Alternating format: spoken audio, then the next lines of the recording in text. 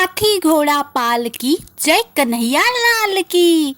जय श्री कृष्णा। स्वागत है आपका मेरे चैनल सनातन धर्म में। मैं आशा करती हूँ आप सभी स्वस्थ और संपन्न होंगे।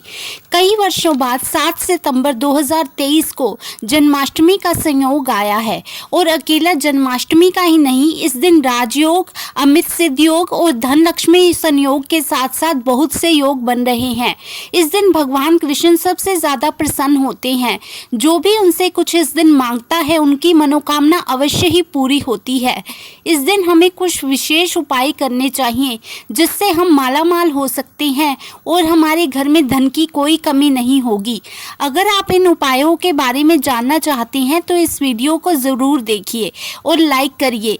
जय श्री कृष्णा राधे का जो कमेंट है वो कमेंट बॉक्स में ज़रूर लिखिए।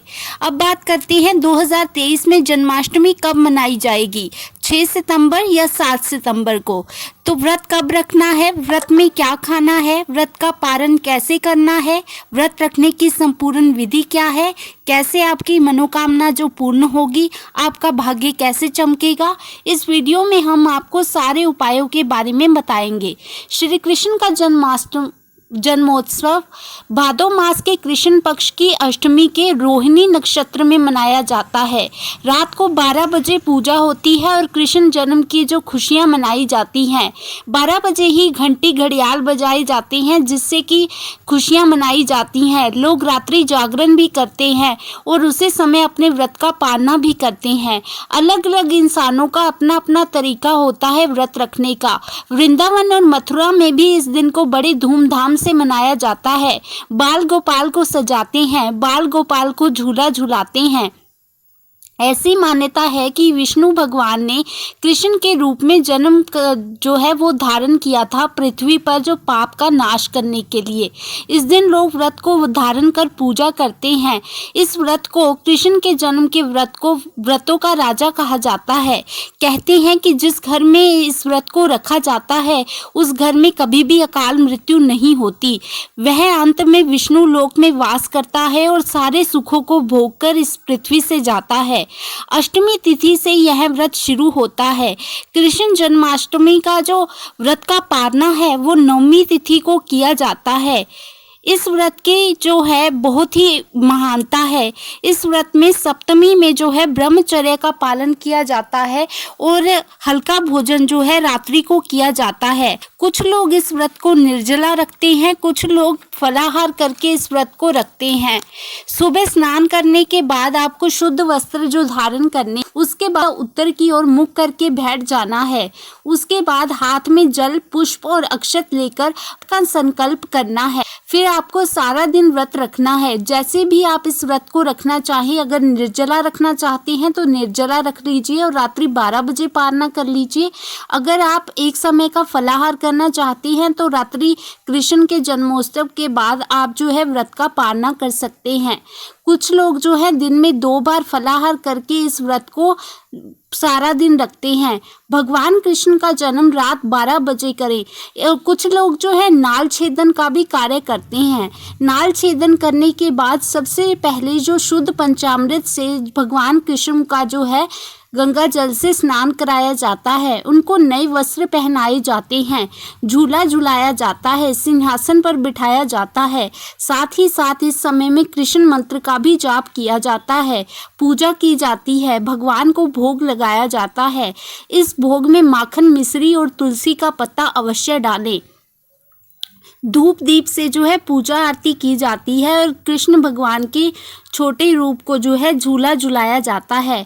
कुछ लोग रात्रि को जागरण करते हैं, मंत्रोच्चार करते हैं, खुशियां मनाते हैं, सारी रात नाचते गाते हैं। कुछ लोग व्रत का पारना जो है रात को करते हैं और कुछ सुबह को। सबका अपना अपना व्रत करने का तरीका है। रात में फलाहार करते हैं, दिन में फलाहार करते हैं या फिर रसीले फल का आप सेवन कर सकते हैं। इससे आपके शरीर में जो है पानी की कमी नहीं होगी। व्रत करने से शुरुआत करने से पहले आप दही की लस्सी जो है उसका इस्तेमाल कर सकते हैं। ऐसा करने से अगर आप निर्जला व्रत रख रहे हैं तो आपको ज़्यादा प्यास नहीं लगेगी। कुछ लोग कुट्टू के व्यंजन बनाते हैं, साबूदाने की खिचड़ी बनाकर भी व्रत का पालना करते हैं। 6 सितंबर को ये जो है व्रत की जो है शुरुआत हो जाएगी, लेकिन हिंदू शास्त्र की माने तो 7 सितंबर को व्रत जो है वो रखा जाएगा। ये 5250वीं जन्माष्टमी है। 7 सितंबर तक यह 7 बजकर रात्रि 14 मिनट तक ये व्रत रहेगा। आप जो है अपने व्रत को जो है 7 सितंबर को ही रखें, क्योंकि यह व्रत जो है 6 सितंबर 12:02 से 12:48 का जो शुभ मुहूर्त है तब से शुरू होगा और पापों से इस जो है मुक्ति मिलेगी। इस दिन आप जो है कथा का भी सुनवाद कर सकते हैं। इसके लिए हमें कुछ उपाय जो हैं वो इस दिन अवश्य करनी चाहिए, वो अब हम आपको बताते हैं। सबसे पहला उपाय जो है आपको कृष्ण जन्म के समय पे जो करना है, कृष्ण के जन्मदिन के अवसर पर आपको जो है कृष्ण मंदिर में जाना है और उनको पीले फूलों की माला, हो सके तो वैजंती फूलों की माला जो है वो चढ़ानी चाहिए। इससे होगा ये कि आपके जो भी अटके हुए काम होंगे वो सारे संपन्न हो जाएंगे। तो इस उपाय को करके देखिएगा। अब दूसरा उपाय है, अगर आपका भाग्य साथ नहीं दे रहा तो आप श्री कृष्ण को केसर, मिश्री, मेवा, तुलसी दल, सफ़ेद मिठाई अर्पित करें। अगर आप उन्हें खीर का भोग लगाते हैं तो केसर मेवा की खीर बना सकते हैं, उसमें तुलसी दल का पत्ता अवश्य डालें, इससे आपका भाग्य मजबूत होगा। अगर आपके घर में धन धान्य से संबंधित कोई समस्या है तो आप बाल गोपाल रूप की पूजा करें। पूजा करते हुए पान का पत्ता अवश्य रखें और उस पर जो है सिंदूर से श्री लिखकर जो है पूजा कीजिए। उसके बाद जब पूजा संपन्न हो जाए तो इस पत्ते को उठाकर जहाँ पर आप पैसे रखते हैं, धन रखते हैं, वहाँ पर रख दीजिए। ऐसा करने से आपके घर में धन धान्य की वर्षा होगी। उसके बाद शुभ समाचार के लिए अगर आप उपाय करना चाहते हैं, किसी स्त्री को संतान नहीं हो रही तो वो इस उपाय को कर सकते हैं।